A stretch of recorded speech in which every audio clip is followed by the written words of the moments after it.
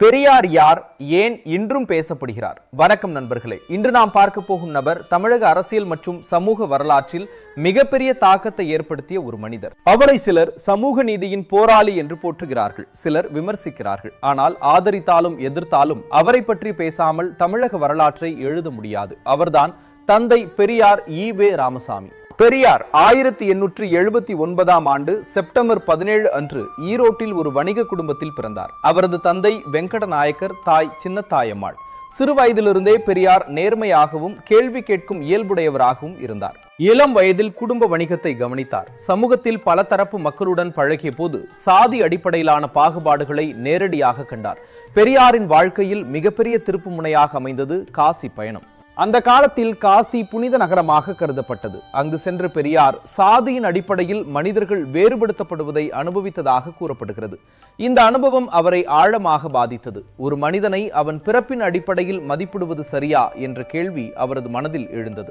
இந்திய விடுதலை போராட்டத்தில் ஆர்வம் கொண்ட பெரியார் இந்திய தேசிய காங்கிரஸில் இணைந்தார். ஆனால் காங்கிரஸ் அமைப்பிற்குள்ளும் சமூக சமத்துவம் போதிய அளவில் இல்லை என்று அவர் கருதினார். குறிப்பாக சமூக நீதிக்கு முக்கியத்துவம் வழங்கப்படவில்லை என்ற எண்ணம் அவருக்கு ஏற்பட்டது. இதனால் அவர் காங்கிரசிலிருந்து விலகி தனக்கென ஒரு சமூக மாற்ற பாதையை தேர்ந்தெடுத்தார். 1924 ஆண்டு கேரளாவில் நடைபெற்ற வைக்கம் போராட்டத்தில் பெரியார் முக்கிய பங்காற்றினார். அந்த காலத்தில் சில சாலைகளில் தாழ்த்தப்பட்ட சமூகத்தைச் சேர்ந்தவர்கள் நடக்கக்கூட அனுமதிக்கப்படவில்லை.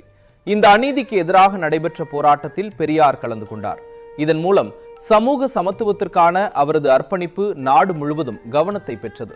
1925 ஆண்டு பெரியார் சுயமரியாதை இயக்கத்தை தொடங்கினார். இந்த இயக்கத்தின் நோக்கம் மிகவும் எளிமையானது. ஒவ்வொரு மனிதனும் சுயமரியாதையுடன் வாழ வேண்டும். பிறப்பு, சாதி, மதம் அல்லது பாலினம் காரணமாக யாரும் தாழ்வாக நடத்தப்படக்கூடாது என்ற கருத்தை மக்களிடம் கொண்டு சென்றார். சுயமரியாதை திருமணங்கள், பெண்கள் கல்வி, சமூக சமத்துவம் போன்ற பல கருத்துகள் இந்த இயக்கத்தின் மூலம் பரவின. அந்த காலத்தில் பெண்களின் நிலை மிகவும் சவாலானதாக இருந்தது. பெண்களுக்கு கல்வி வாய்ப்பு குறைவு, சொத்துரிமை இல்லை, பல சமூக கட்டுப்பாடுகள் இருந்தன.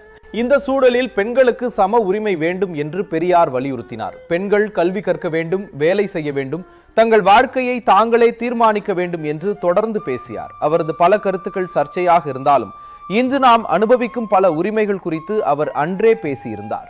பெரியார் பெயருடன் அதிகம் இணைக்கப்படும் வார்த்தை பகுத்தறிவு. எந்த கருத்தாக இருந்தாலும் அதை சிந்தித்து ஆராய வேண்டும் என்று அவர் வலியுறுத்தினார். ஏன் என்ற கேள்வியை கேட்க மக்களை ஊக்குவித்தார்.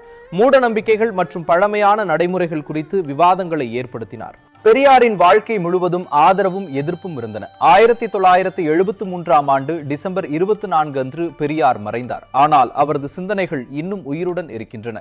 சமூக நீதி, இடஒதுக்கீடு, பெண்கள் முன்னேற்றம் போன்ற பல துறைகளில் அவரது தாக்கம் இன்றும் காணப்படுகிறது.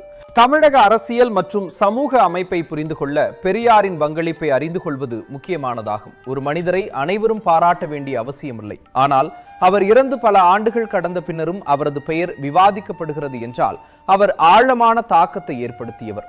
அதனால்தான் தந்தை பெரியார் இன்று வரை பேசப்படுகிறார். நன்றி.